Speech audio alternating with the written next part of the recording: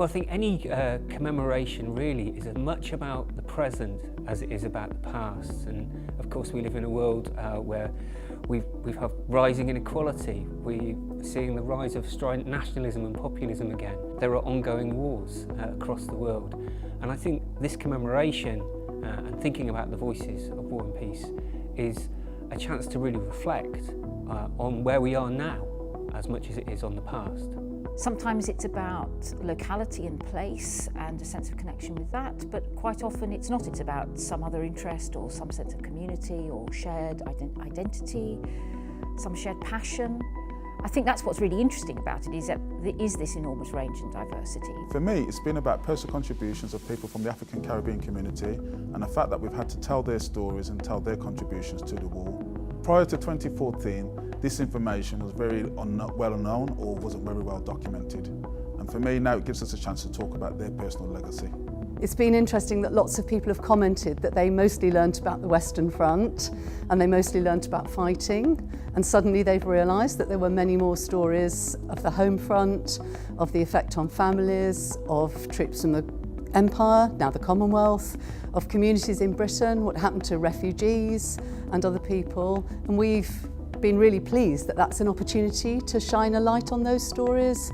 Remembrance has become, it's without context, it's become militarised, it focuses on the military, and the red poppy has come to represent a sort of view of nationalism, and there's a vilification if you don't wear the red poppy if you're on TV. Phrases like "we will remember them unless they forget," I think they're very ingrained in a lot of people, and therefore they will feel driven to attend a public memorial event. But the people that come to the museum events, to the lectures and the talks and the exhibitions, or those who actively participate as volunteers in a project, those numbers are going to be a little smaller, but that just reflects the levels of interest of people who are involved. For some people, I think it's been a wonderful opportunity to interact, get communities themselves a sense of their identity, of their history. I think to me, at this point, there is a slight feeling of disappointment. I thought at the beginning we'd be able to really expand the sense of the First World War, get lots of different histories out there, sort of stretch some of the myths, challenge some of the myths. And at the end of it, it still feels like an awful lot of the Battle of the Somme and an awful lot of poppies, whether ceramic, knitted or what have you, invariably red.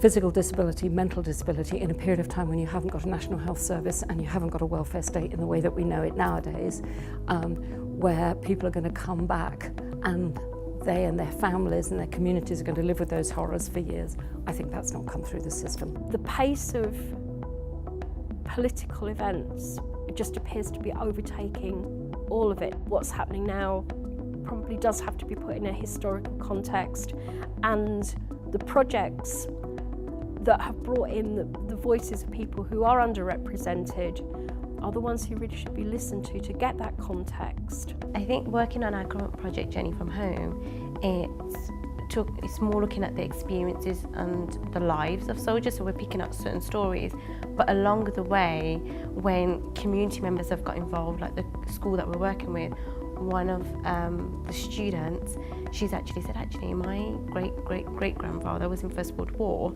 and she's picked out a story and now relating it to modern history that actually this is amazing, and to be involved in all that and bringing it to life and giving people a platform to talk about their research, that's a dream.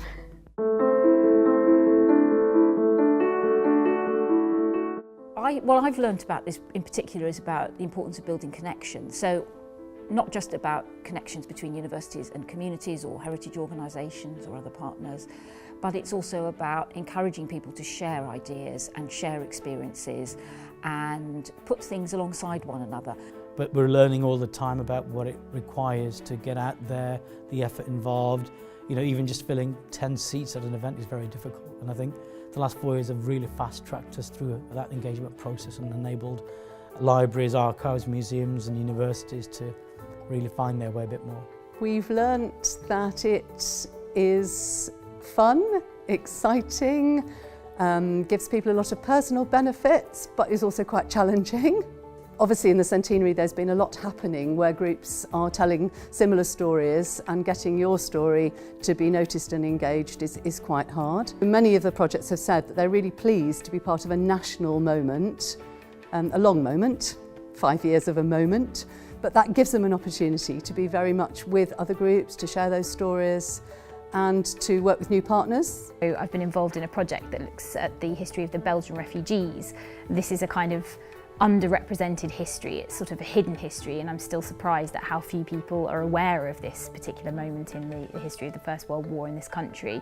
But that project's enabled me to be in touch with numerous local history groups, and it's made me aware of just how much research is going on in small pockets all over the country. My experience of the centenary has also shown me that academics are definitely not the only people who are prepared to devote a whole life's work to researching a moment in our history.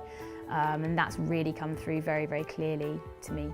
It was absolutely invaluable for us to engage with Living Legacies. Obviously they were an integral part. We took participants through from a desktop research, looking at GIS systems, through to the fieldwork. Having those resources at their fingertips to bring in other expertise. The museum was able to connect local community members with the academics. I think the things we've learnt about how to engage with community groups are it needs time. It needs time to develop trust, to develop joint understanding around where there's shared interests, and find the right ways to pursue research that's relevant to different community groups. I have that anxiety that because of the amount of time it takes, the effort it takes, and the different framework of universities that now exists, I'm not sure that that will go on in the way that I would have liked into the future. I think people, a lot of my postgrads have worked on it. Will they be convinced that this is the way to go in terms of an academic career? I suspect it might be more problematic because it takes so much time, so much energy, and you're under so much pressure to do other things at this moment in time. We were looking at, if you like, the genesis of an amazing social housing estate in the west of Cardiff, once the largest social housing estate in the UK. And it was built on Garden Village principles. And this was really a vision of peace. It was a vision of a better world with good housing for everybody. And in the current climate, where we have things like the bedroom tax and we have rising homelessness and rising poverty, that is an interesting story to tell, especially when working with young people, as we did, alongside the older generation who were the first people to move into those homes. For the past 4 years, what I've taken from the project is a personal sense of pride, looking at the point of history from a British point of view, but also being able to stand proud and talk about African Caribbean ancestry, but also looking at people that I know who have come on board. Some weren't friends before but are now, working together as a team to deliver a piece of work, an academic piece of work that will stand the test of time as part of the legacy. I think it's becoming a more militaristic society, and that is something that the Peace Pledge Union is very, very unhappy about. We're very worried about it. That's why we welcome being part of this particular project and welcome the opportunity to get our voice heard.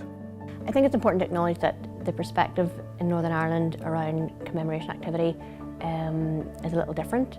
We're working in a different political context. Commemoration is more political and tied to political identities. I would suggest perhaps that's because it's taught differently in schools, but I know there has been a lot of work done where communities have come together to share experiences and allowed for a plurality of narratives. We have a notion when someone mentions community that it's something nice and warm and fuzzy. But of course in Britain at the moment there are numerous communities. The communities are in tension with one another. There are splits in communities. And so community working is actually quite complex because of that. And it's made me really think quite critically about who the communities are that we reach, who feels entitled to tell their history and who doesn't, and is there ways of reaching those who don't necessarily feel entitled. If disabled people were mentioned from it, it was usually in terms of being pitiable, being victims, and the great tragedy of the loss of human life and the loss of human potential. We wanted to show that although the war had devastating consequences, in terms of social reform, it actually kick-started an awful lot of changes in society. Disabled people were affected by those changes, but disabled people were also instruments of that change. The First World War and Second World War are iconic elements of British history and European history, and those are the kind of points of reference in many ways for thinking about what makes you British or European or what have you. So now to kind of infuse that diversity story into there, but one that isn't tokenistic, because it's, if you look at the 1.5 million Indian troops in the army, if you look at the hundreds of thousands from Africa and the Caribbean, millions, then you start to realise it wasn't a little bit, it was a significant part of that story. Showing academics is showing community. I think it's just showing people you can wake up one day and say, hang on a minute, I want to learn more, and you don't have to rely on search engines. You can actually speak to people in that field. The anniversary has also been a really great way of bringing together universities, cultural and educational institutions, heritage institutions, the HRC, HLF, all working together to collectively find opportunities to work with the general public and find ways to make heritage meaningful to them. Hopefully confidence, more confidence in cultural organisations and community organisations initiating their own research, getting in touch with academics and the academy to work with in close collaboration. I hope it'll also give more confidence to university students and researchers to not be afraid to put communities at the heart of their research. It's very much a living legacy, and I think it'll be further down the line before we can tell what that impact is going to be. We had a granite memorial marker installed, and I think that those very physical reminders can reach out to the next generation, and in that way hopefully we can sustain the legacy and the memories. So I think public bodies, funding bodies, policy makers even, need to think hard about how they can continue to support those who are trying to forge a career in the academy. These are the next generation of researchers. Arguably they're driving the field forward in terms of research, but they're also engaging in the early part of their career with this idea of working outside of the academy, with being sort of outward facing. What's interesting is that we've seen a real kind of exploration of the diversity of experience of the First World War and understanding the complexities around that diversity. So the role of women, for example, has been highlighted. Minority ethnic communities have been highlighted, which I think, if you like, challenge traditional myths. If a region doesn't understand its history, how do we then get to independence, which is another story which came out of the First World War? 16,500 men from the Caribbean fought in the war, and we don't know their personal stories. And even with the project that we've actually done, we still don't know, not even 10%.